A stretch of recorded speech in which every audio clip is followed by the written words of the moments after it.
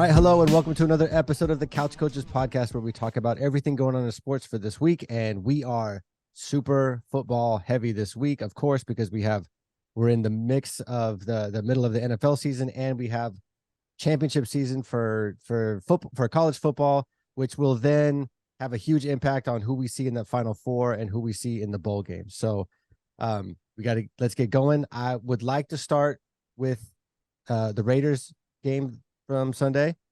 For the first quarter, I was watching it and I was going, they look fantastic.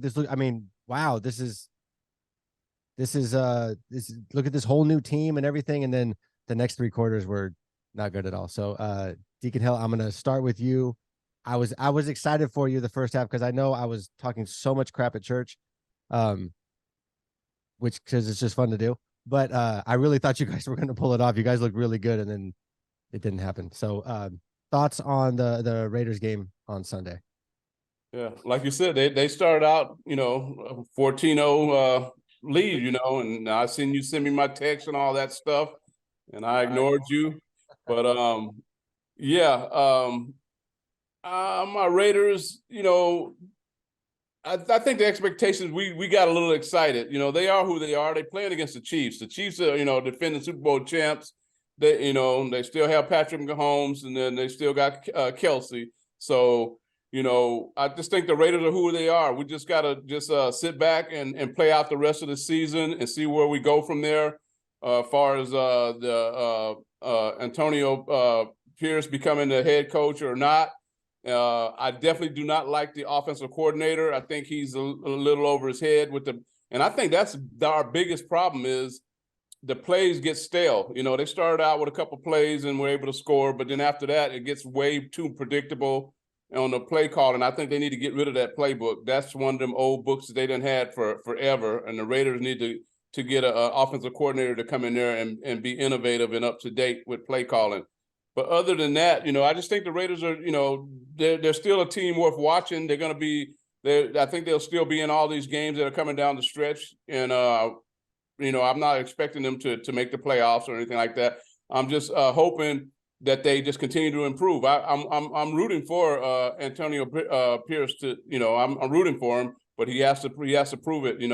I don't see it with the offensive coordinator. The quarterback, he put up some good numbers. I mean, he was stable and everything there. So we'll see how he plays out.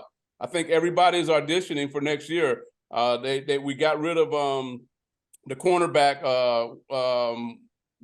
What's his number 24? He doesn't his name. We cut him. The one that don't make any tackles or nothing. Peters, the guy that sucks.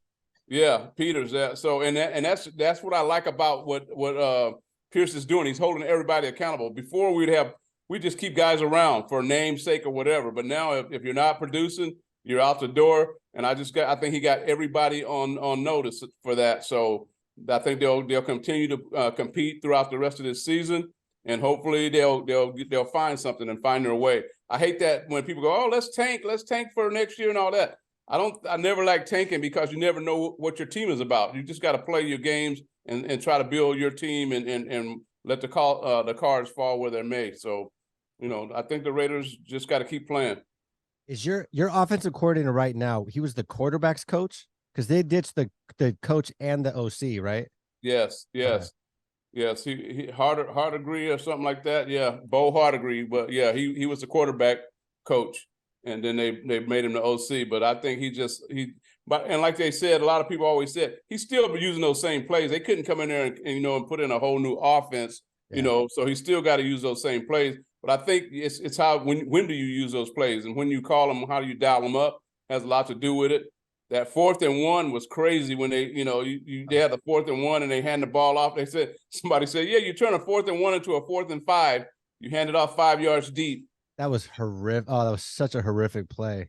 Yeah, yes, just stuff like that, So I just think he's a little over his head in his play calling. So I almost texted you during the game because when they do like a quarterback comparison, like at halftime, and they showed what's your quarterback's name right now? O'Connell. So then they show him.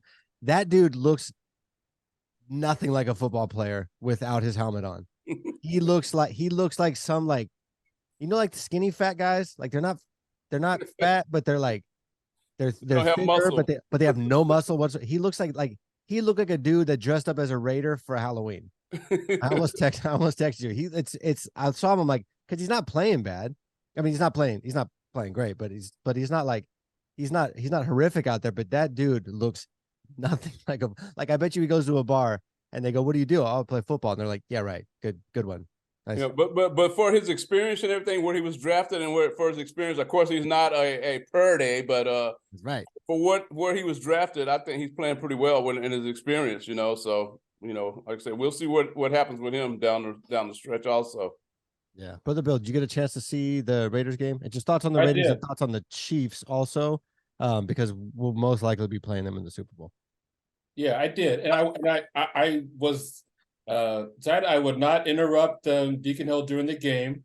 Just let him kind of watch it and enjoy it, and I feel like he had a response. So my son and I, Billy, we watched the game, and the 14-0 lead didn't surprise me. I mean, I knew that the Raiders were going to be up for the game, and Kansas City, their receivers. I mean, take away Kelsey, and they have nothing to me in the passing game.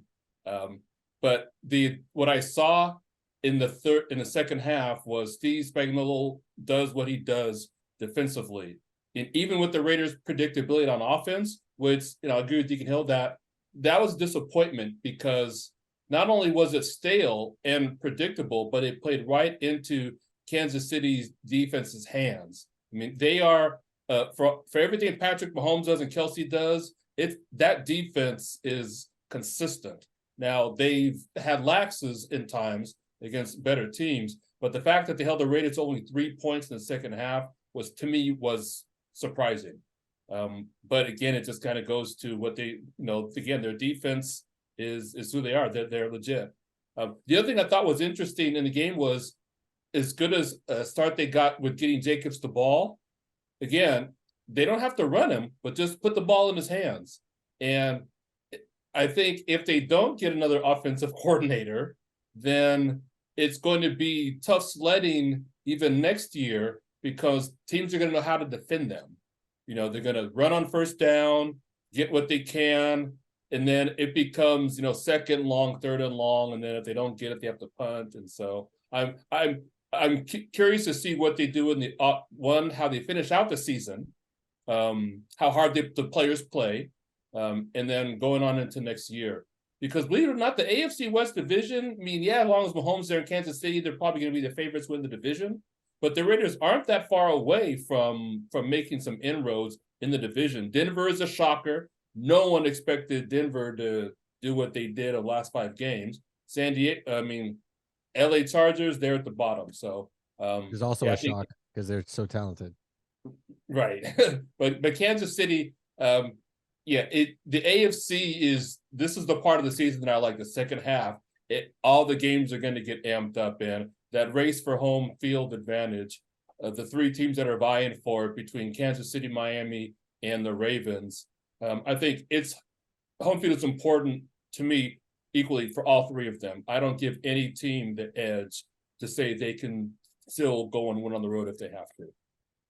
Yeah, you bringing up the point about Mahomes having nobody to throw to but Kelsey is something that, like, if Mahomes is susceptible to having this big fat QB contract, and who I think could go, I mean, he should go down as the greatest quarterback ever. The dude's unbelievable, like right out the gate.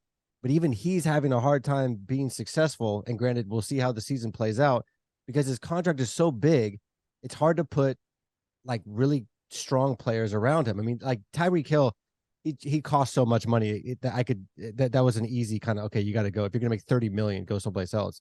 But the fact that they're not being able to afford to bring somebody else in to play is it's so disappointing because you see all these quarterbacks are like maxing out everything they can get for the money. And Brady showed you for 15 years that if you take less money, you have a better team around you, which then allows you to win or to win easier. And I don't understand why nobody follows that. Everybody's like they're even the guys that you would like, okay, maybe Burrow will take a little less. No, 275. What's his name in LA Chargers maxing out again. It's like you guys, if you take all this money, you are not going to have a great team around you. And then you're going to be just kind of like floating, first round exit, second round exit, 10 win, 15, whatever the wins are a year, and not winning Super Bowls because you can't put the team around you. And I don't understand why more quarterbacks don't take less money and win and then make more money later because you're a winner. It blows my mind. Oh, the answer is because they think I don't want to say it's selfish, but there have been teams where star players have taken less. I'm not even talking about quarterback, just in other positions, right? Be it running back or wide receiver, just so that they can sign a key player. Actually, I think the 49ers did it one year. I can't remember which year it was. But I'm not saying just because I'm a Niner fan, but I'm saying, but it's do you want to win a championship or you just want to try to get paid as much as you can now? And because to me, it's harder to win a championship than it is to get a big contract. So why not try to win your championship and then get paid the next year? I don't know but that's just my opinion. But even the, like, if you're a Super Bowl champion, you will make more money over your lifetime because you have that ring than you would if you just got paid more. And I mean, like half the guys on the radio and TV getting paid, a couple $1,000,000 a year to be on TV they have to have some credential of winning something. They can't just be like, oh, hey, this guy was really good and didn't make it. I just think when that time comes up for that contract, and everybody's always trying to set the market, and it's a competition, who got what or what. So ain't nobody going to swallow their pride because tomorrow's not promised anyway. So you sit here and think you're trying to set up something for the long run, and the next play could be your last play. So no, I think these guys go out when their time is up to get their money. They're going to always get that money. That's just how it is. But max deal versus maybe 10% less in order to maybe keep some key players or sign a key player. I mean, 10% off of what did Deshaun Watson get? A $250 million. Yeah, that's a couple of players. Yeah. I don't get it. Granted, nobody's offering me $300 million to play football. So maybe if they said, hey man, we'll give you $300 million, I go, how about 325? Maybe it would be, I don't know. Maybe it'd be different, but I don't get it because it's like it shows you over and over and over again. If your quarterback makes a certain percentage of your salary cap, the chances of you winning go way down. And the only person that seems to kind of be hanging on and doing that is Mahomes to this point. But right now, they don't look like a Super Bowl team to me at all. But it's Mahomes, and you go, well, we'll see what happens in the playoffs. Next subject, talking about big money and bad decisions and everything. Frank Reich got let go for the Carolina Panthers, and I could care less about the Carolina Panthers or Frank Reich. But the owner Tepper came out today and said, look, we need, and this is his third mid-season coaching firing since he bought the team in 19. He said, I'm okay. I'm patient, but I need to see progress. So they went and they traded these draft picks and stuff to get trade draft picks and a number one receiver to get a top pick and draft what they thought was going to be the future quarterback. Well, also last year, what they did is traded McCaffrey. So they get rid of draft picks this year. They get rid of a clear number one wide receiver and one of the best running backs in football the last 10 years. And at what point did they think that all of those things were going to lead to success for this young quarterback? Brother Bill, make it make sense.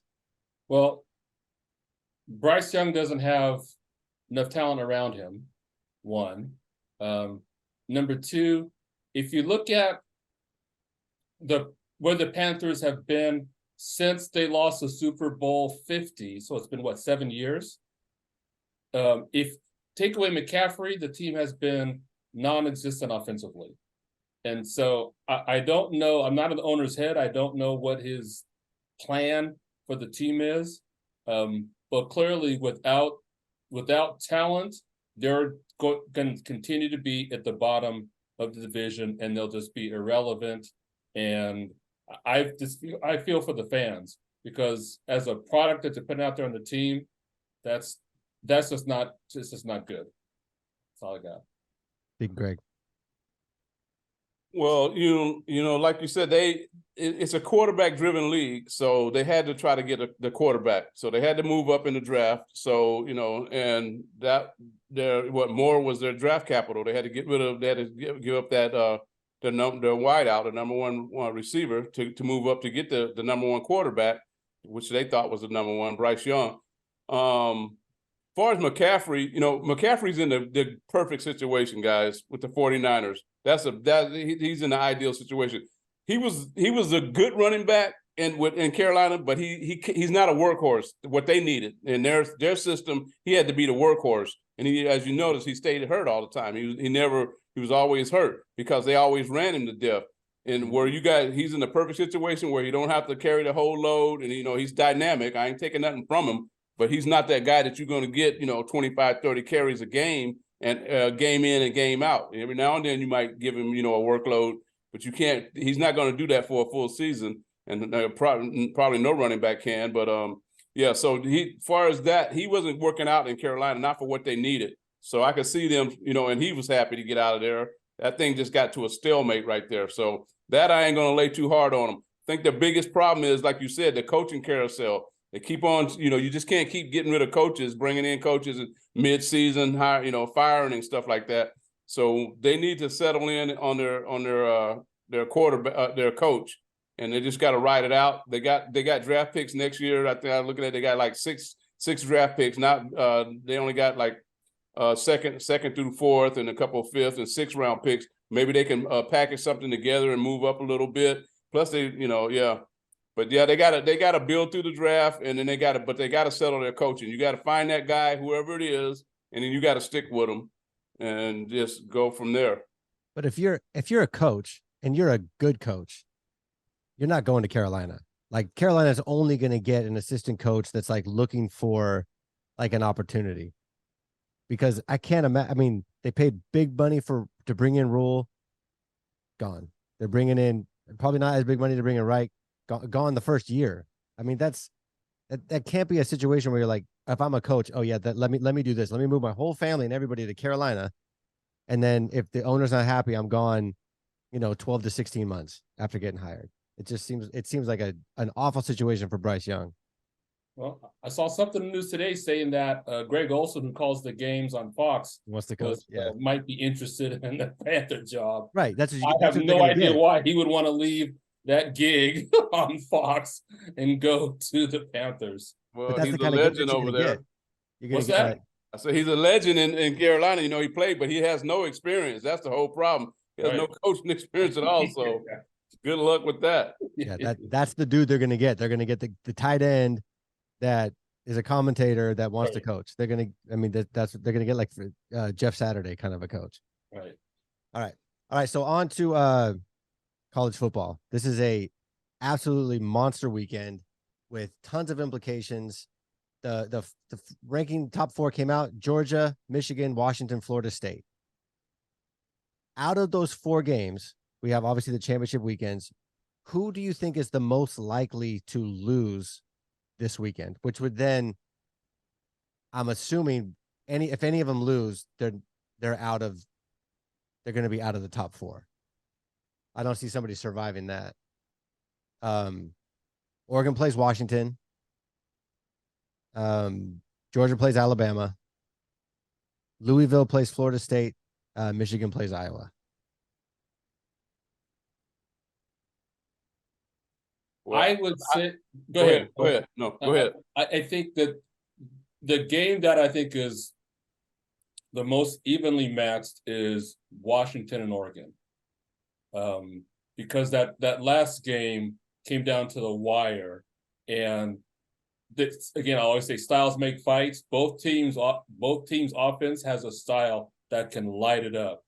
I mean, so get ready for another basketball game when they play in the Pac-12 championship, and that would be the game I think where that could go either way, where Oregon could possibly beat Washington. So you think even with Florida State's backup quarterback, you think they have a good shot against Louisville? I do. Yeah. I mean, Louisville, and it's at Louisville? It's in Charlotte. Okay, so somewhat of a neutral site. Yeah, I just believe that Florida State's defense, Louisville isn't explosive offensively, nicely, even with the backup quarterback. Florida State's defense is just good enough to win the game. Not by a landslide. That's why the point spread is what it is. But again, I just think that Washington-Oregon game is going to be a nail biter. Deacon Hill, who do you think is the most likely to lose this weekend? You know, I would agree with Brother Bill on that. I think that Washington, you know, Oregon has a good shot of beating Washington just because, you know, the way they played the first game. And Oregon, the first time around, Oregon was the favorite and was supposed to win. That was a shocker that they lost. So I think that they might have revenge on their mind. But I'm not going to sleep on Alabama and Georgia. You know, I know you're looking like that, but Alabama, even though everybody's making a big deal out of that Iron Bowl game and the way that they played and came back on that at the end and everything, that game is a rivalry game. Both those teams are gonna bring it, you know, and whoever comes out on top comes out on top. So I just think that you know, that's gonna be a good game, that Georgia Alabama game. So you think Georgia's not like the Georgia that's been killing it the last couple of years? No, I don't think they're as good as they were, but they have come on a little bit. I was a little bit worried in the middle of the season. I was watching them and they wasn't dominating at all, you know. And now they're starting to turn it around a little bit. But I think they can be had. I do think they could be had. So I'm going to keep a close eye on that. I think Alabama could get them. So if Oregon loses, this is what I think. I think Oregon's going to win because they're playing in Vegas.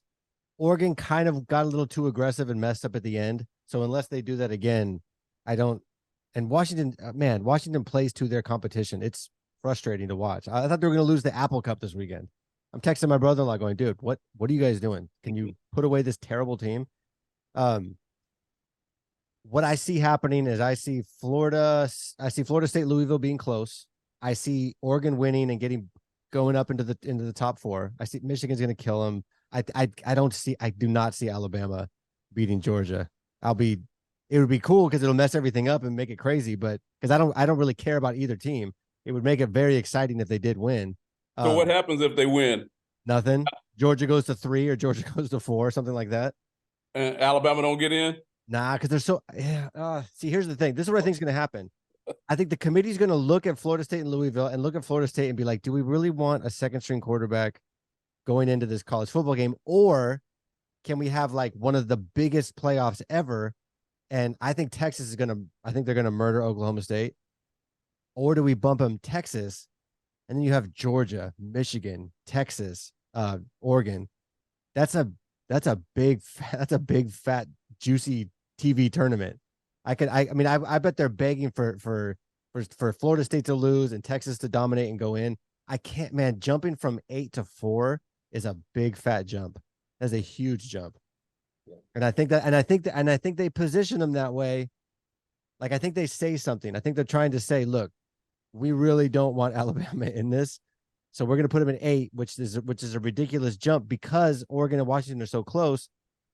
If it's a super tight game, I mean, you could have Washington drop down to 4. You're saying it's a big jump, but look how far Ohio State fell from one loss. Look where they fell to. Yeah. So they do a lot of moving. I'm telling you, you don't be surprised. Yeah, it would be.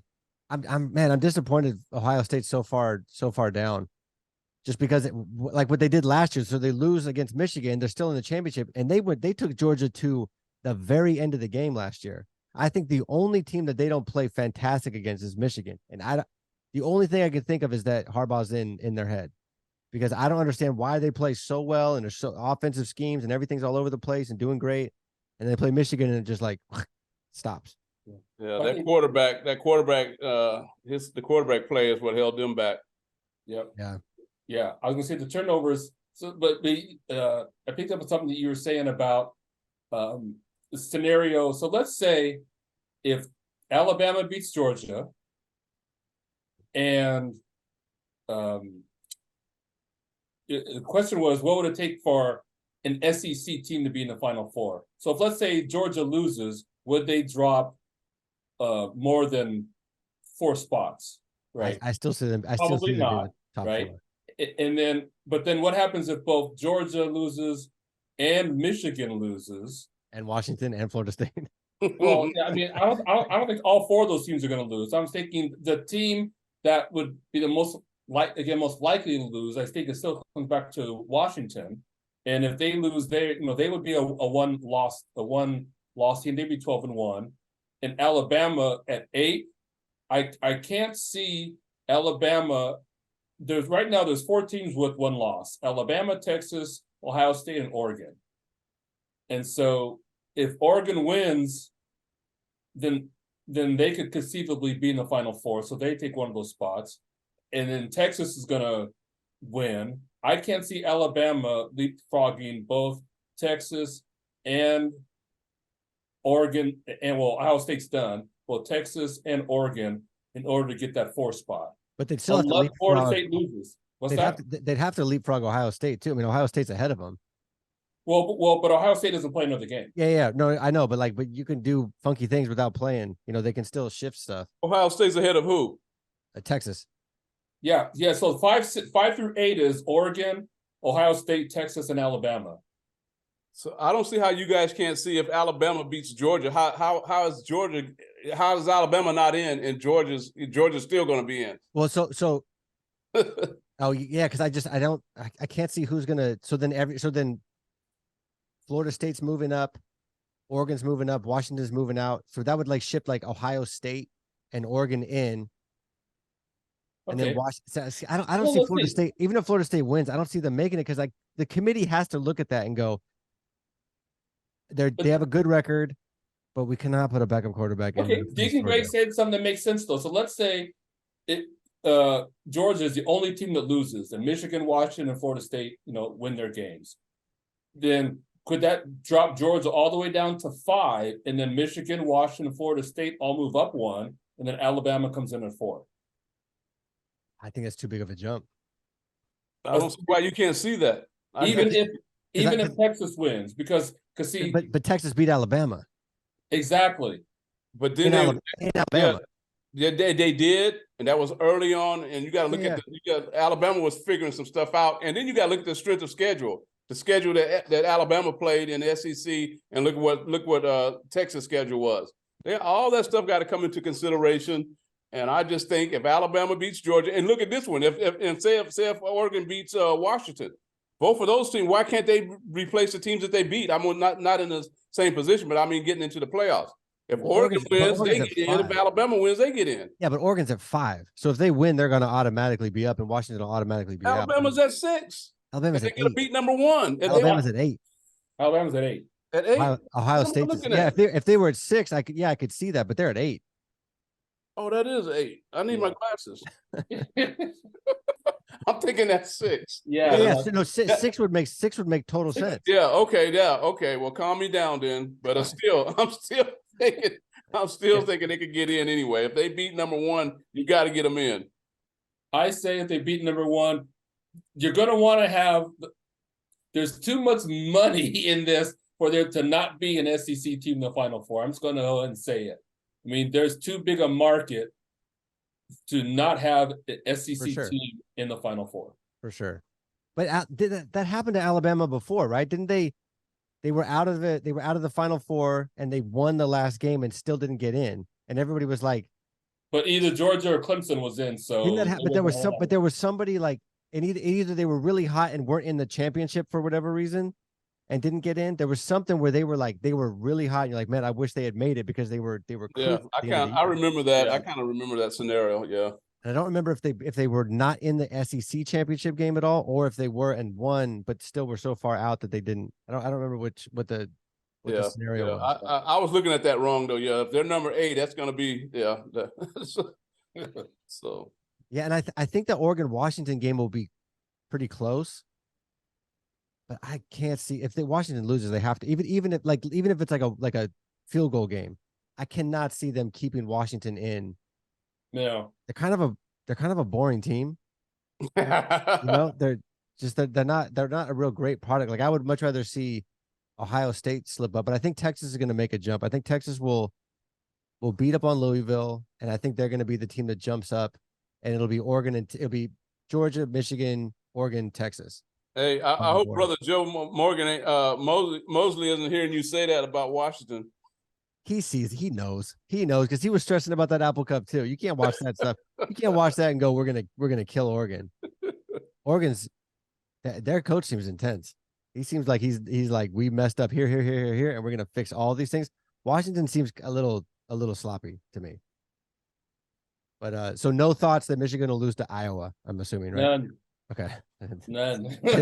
I didn't think so. But I don't see, after even watching the Ohio Michigan game, I don't think Michigan's that great. I don't know what all these people are looking at. I'm looking at a quarterback that throws the ball 10 times a game. They're physical. They're just a physical yes, team. yeah, they're physical, but like that goes up awful against Georgia. I was going to say they can win their semifinal game. I mean, if the standings stay, they would play either Washington, or if Oregon was to win, they could play an Oregon team. Yes, they're the more physical, but they aren't explosive, right? And so coming to me, if you're Michigan, you don't want to play a team like Oregon, an explosive team, because look at what TCU did to them last year. Yeah, you want to play Texas, who's got a you coach want to play that same kind of slow, methodical, physical team that where points are going to be at a premium. Yeah, like I said, I think Ohio State could have had them if they had a better passing game. If that quarterback could have done something. Yep. And the unfortunate thing is, I bet if Ohio State made it in the playoffs, they would have, it'd be like last year. Like they look like night and day between the Michigan game the week before and the game they played against Ohio State. It's like, or a game against Georgia. It's like, where was this team last week? This team would have killed Michigan. I think he's in their head. I think that's what it is. He's like, it's like Ryan Day. That's the only guy he loses to is Harbaugh. But I don't know. I'm super excited for this weekend. And that's it. Oh, talking about your Niners? I was gonna say maybe you were saving the best for last, like you did last week. Yeah, I mean, I can see why you wouldn't want to talk about them, but that's okay. I did. So okay. You know what it is? Because I think about the Niners all the time. I feel like I've already talked about it. Yeah. Okay. The showdown of this season until the NFC Championship game. Niners Eagles. My personal thoughts: I think the Eagles are not well coached, and I think that Jalen Hurts is an absolute stud, and it really worries me that it looks like you're going to get to the second half of a game, and when they need to get 3 yards, they'll be able to get 3 yards. When they need to get 7 yards, they'll be able to get 7 yards. There's something very gritty about them that even though they don't look like they're necessarily all playing together, I feel like the skill level on that team is super high, and I feel like Jalen Hurts is a total stud, and I really want nothing to do with the close game in the fourth quarter. Deacon Hill, thoughts? Well, like I say, the experts got you guys as a 3-point favorite on the road in Philly, but you know how I feel about that. Yeah. So no, you guys, like I say, you guys are healthy. You guys been wanting that. You're healthy. All you guys are there. It should be a good game. And if you guys, I will say this: if you guys come out and put some points on the board, I don't think Philly's going to come back and catch you. So I think Philly wants to make it a dogfight all the way down to the wire. And if it goes down like that, I'm thinking Philly's going to beat you guys.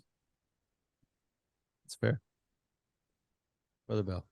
Yeah, I say if we had Huff at safety, I would feel more confident in Niners winning, even though our backup, Jair, what's the last name? I can't remember the last name. The rookie, he played, well last week against a Seattle team that I thought was going to give us more problems in the pass defense.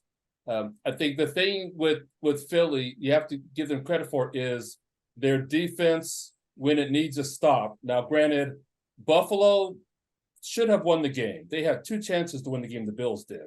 And to me, it came back to the same formula once again. When your quarterback is your running game, that's not a winning formula. It's just not. The difference, I think, with this 49er team, even though Dallas gave Philadelphia a good run, I think defensively, where the Niners have the advantage is they don't have to blitz anymore. That they can, if they get pressure consistently on Hurts, and it doesn't mean they necessarily have to sack him, but if they can control the line of scrimmage, with their front four, then it makes their defense flow.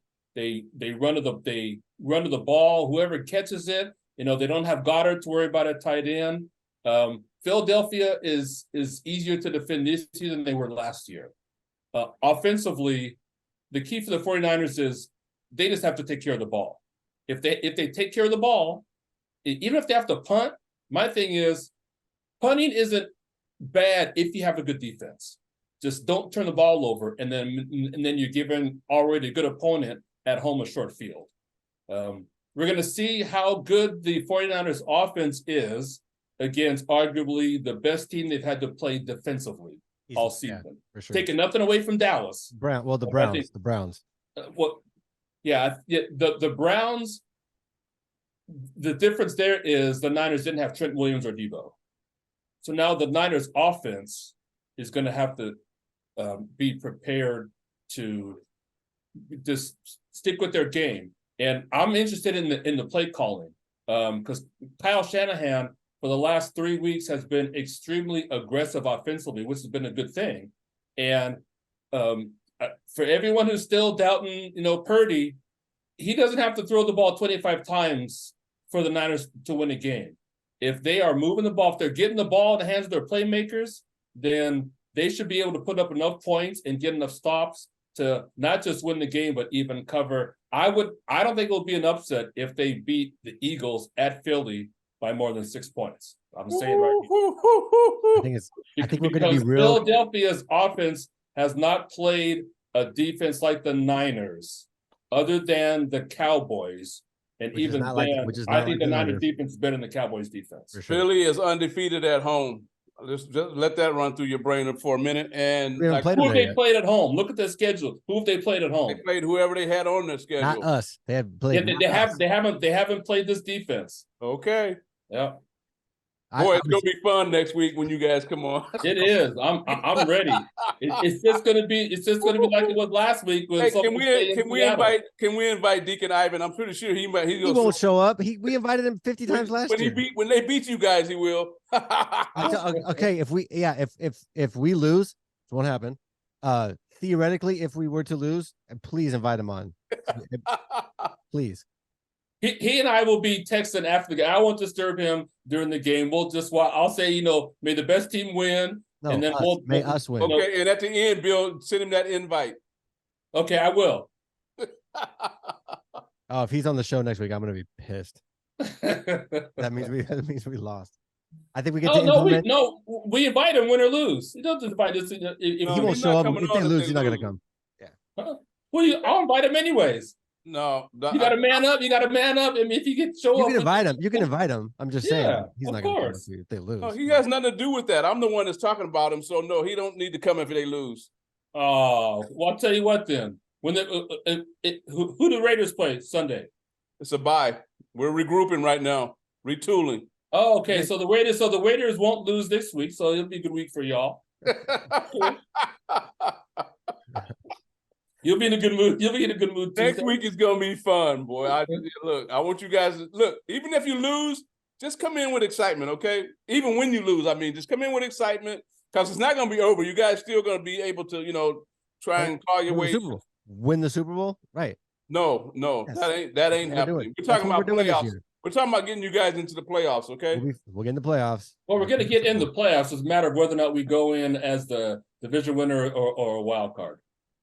We'll be a division winner for sure. Yeah, because even if we lose to Philly, the key is just to beat Seattle. Because look at the schedule. See, Seattle, so they already lost to us. They're going to lose to Dallas. They have to play Dallas. They're going to lose. And then they play Philadelphia next week.